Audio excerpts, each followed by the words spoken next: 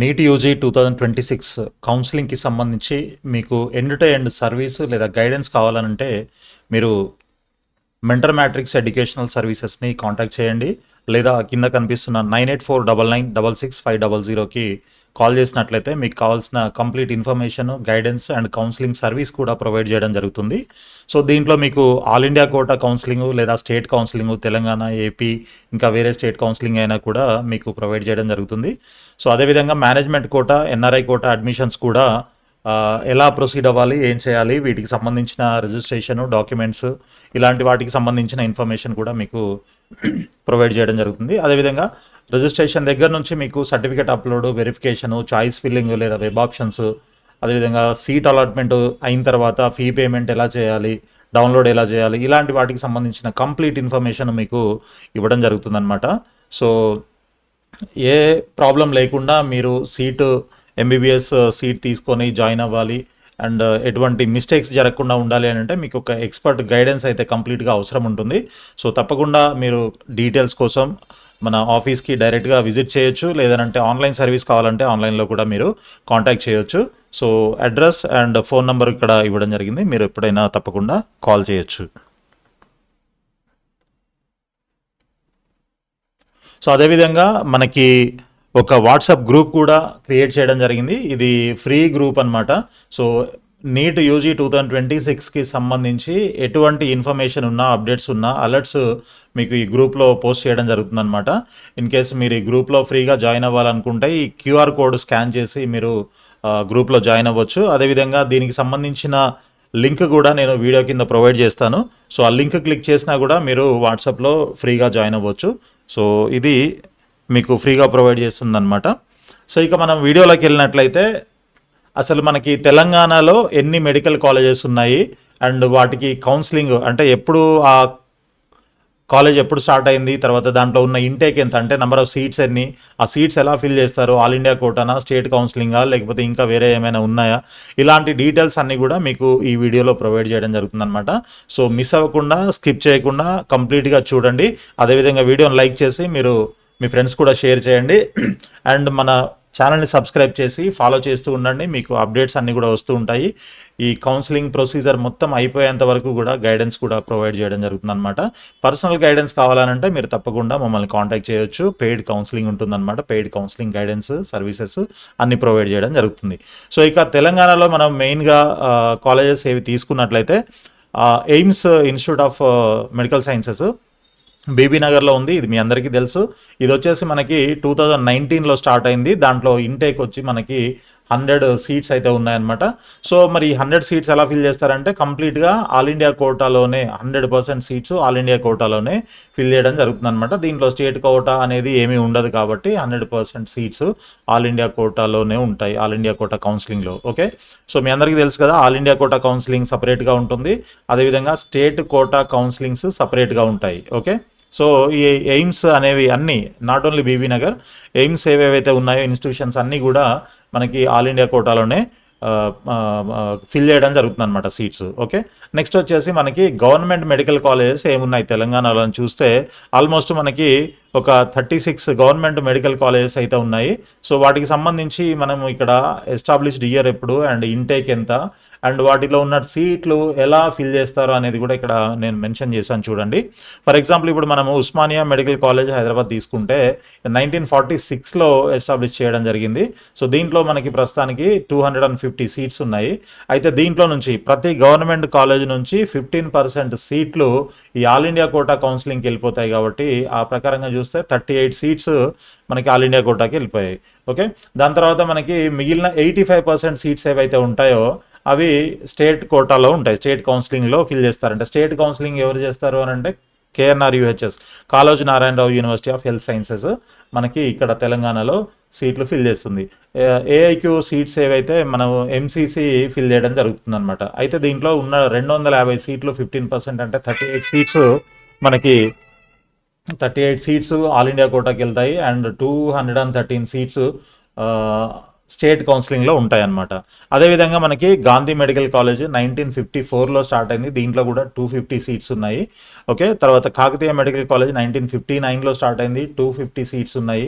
అదేవిధంగా government medical college Sangareddy 2000లో start చేయడం జరిగింది. దీంట్లో 150 సీట్స్, 23 + 128 అనమాట.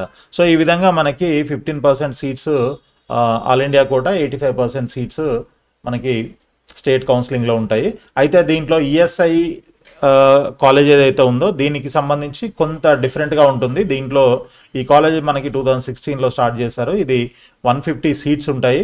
అయితే దీంట్లో ఆల్ ఇండియా కోటాలకి 15% సీట్స్ అంటే 23 సీట్స్ వెళ్ళిపోతే మిగిలిన వాటిలో మనకి ఈ 50% సీట్స్, ఓకే, 15% ఇక్కడ వెళ్ళిపోయాయి ఆల్ ఇండియా కోటా, 50% సీట్లేమో తెలంగాణ కౌన్సిలింగ్లో ఉంటాయి, స్టేట్ కౌన్సిలింగ్లో. అండ్ రిమైనింగ్ 35% అంటే 8 సీట్లు వచ్చేసి మనకి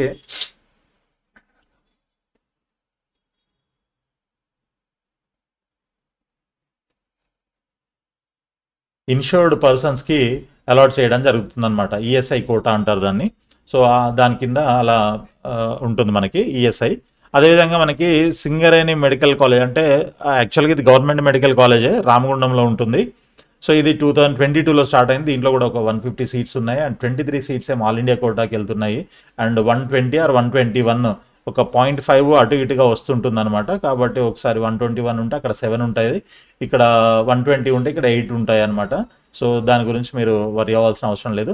సో 120 సీట్స్ మనకి 85% కింద వెళ్ళిపోతే 80% యాక్చువల్గా, ఓకే.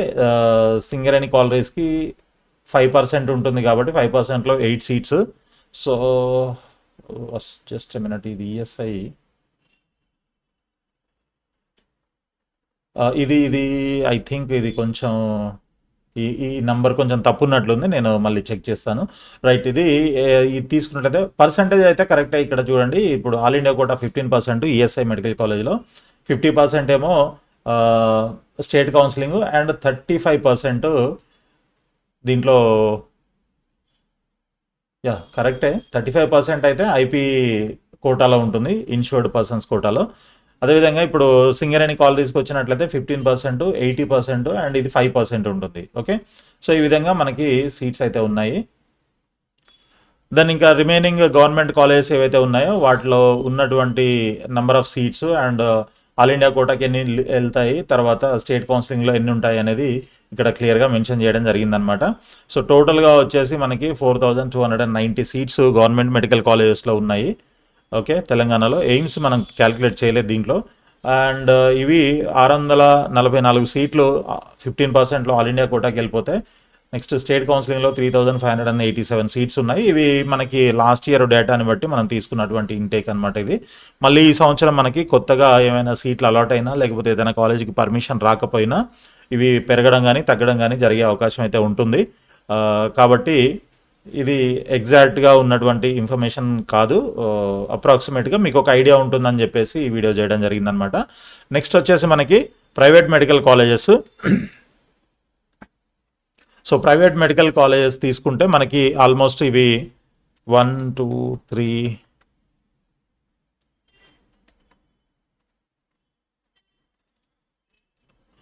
ఇవి ఒక 26 కాలేజెస్ ఉంటాయి, ఇంక్లూడింగ్ మైనారిటీ. వీటికి సంబంధించి ఎస్టాబ్లిష్మెంట్ ఎప్పుడు జరిగింది అండ్ ఇంటేక్ ఎంత, అండ్ కౌన్సిలింగ్కి వచ్చేసరికి దీంట్లో మనకి ఆల్ ఇండియా కోటాలోకి ఎక్కువ సీటు కూడా వెళ్ళదు. ప్రైవేట్ కాలేజెస్ అన్నీ కూడా స్టేట్ కౌన్సిలింగ్ ద్వారానే ఫిల్ చేయడం జరుగుతుందన్నమాట. సో ఈ స్టేట్ కౌన్సిలింగ్లో 3 రకాలుగా ఫిల్ చేస్తారనమాట, ఓకే. ప్రైవేట్ కాలేజెస్లో ఉన్న సీట్స్ గురించి మనం మాట్లాడుతున్నాం ఇప్పుడు. సో ఫస్ట్ వచ్చేసి ఏ కేటగిరీ అంటారు, లేదా కాంపిటెంట్ అథారిటీ కోటా అంటారు, లేదా కన్వీనర్ కోటా అని కూడా అనుకోవచ్చు. సో దానికి సంబంధించి ఒక 50% సీట్లు ఏ కేటగిరీలో ఫిల్ చేయడం జరుగుతుంది. దీనికి అయితే చాలా తక్కువ ఫీజు ఉంటుంది. అదేవిధంగా రిమైనింగ్ సీట్స్లో 35% బి కేటగిరీ లేదా మేనేజ్మెంట్ కోటా అని అంటారు. సో దీంట్లో వచ్చేసి మనకి రిజర్వేషన్స్ అనేవి అప్లికేబుల్ ఉండవు. And C category NRI quota అంటారు, ఇది 15% సీట్స్ దీంట్లో ఉంటాయి, ఫిల్ చేస్తారు. సో మొత్తం 50, 35, 15% సీట్స్ అయితే ఈ విధంగా మొత్తం ప్రైవేట్ కాలేజెస్ ఉన్న సీట్స్ అన్నీ కూడా మన తెలంగాణ స్టేట్ కౌన్సిలింగ్లోనే ఫిల్ చేయడం జరుగుతుందన్నమాట. సో ఆ ప్రకారంగా చూసుకుంటే మనకి ఇట్లా ఉన్నటువంటి ఇంటేకు దాన్ని పర్సంటేజ్ ఆఫ్ కోటాని బట్టి ఇక్కడ డివైడ్ చేయడం జరిగిందనమాట. సో ఈ విధంగా ఉంటాయి. సో మొత్తం వచ్చేసి మనకి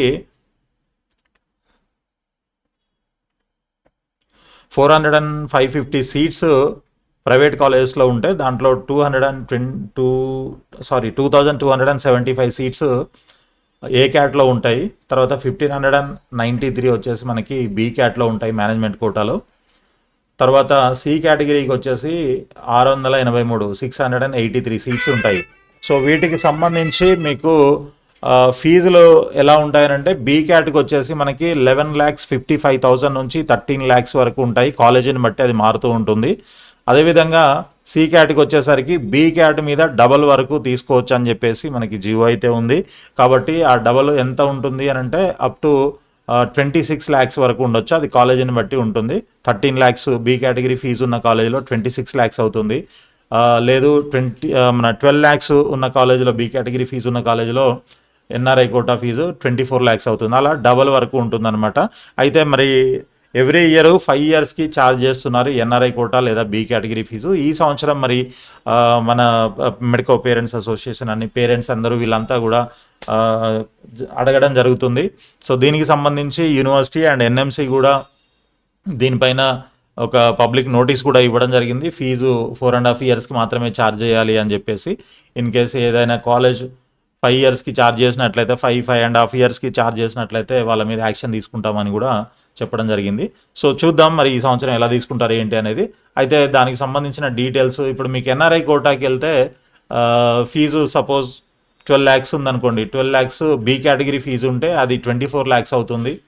ఓకే, 24 lakhs ఎన్ఆర్ఐ కోటాకు అవుతుంది సంవత్సరానికి. 24 into 5 అంటే మీకు ఒక 6 months 5 yearsకి తీసుకుంటే ఒక B category 1 year seat fee తగ్గే అవకాశం ఉంటుంది, అంటే పెరుగుతుంది.